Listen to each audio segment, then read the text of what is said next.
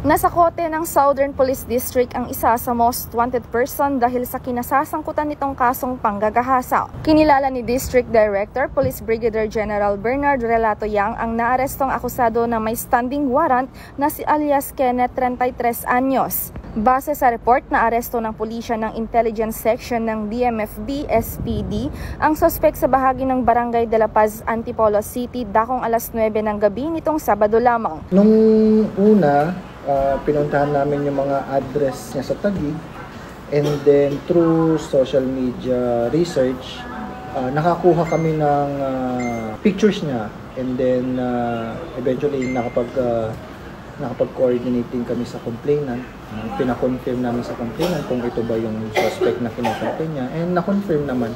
Sa tulong ng social media at sa pakikipag-ugnayan ng pulisya sa barangay ay natugis ang suspect na 2 taon nang pinaghahanap. Itong suspect natin is may bagong kinakasama.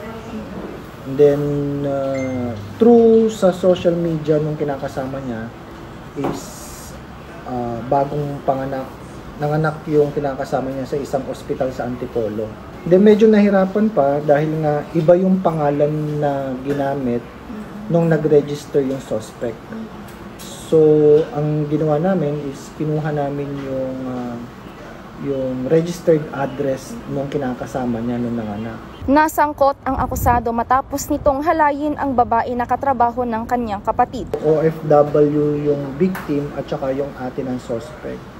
Then, nagbalik-bayan sila, nagkaroon ng inuman sa bahay ng suspect hanggang sa nalasing daw sila. Nagulat na lang yung victim natin is ganun na nga, may nangyari na. Ang warrant of arrest ni alias Kenneth ay inisyu ng RTC Branch 70 Taguig City noon pang May 2022 at walang anumang piyensang inirerekomenda. Sa ngayon ay itinurn over na ng Intelligence Section ang akusado sa Taguig City Police Station upang ikulong. Mula dito sa Southern Police District, ako ang inyong TNN correspondent, Patrolwoman Reyna Joyce M. Dalire, alagad ng batas, tagataguyod ng Balitang Pulis.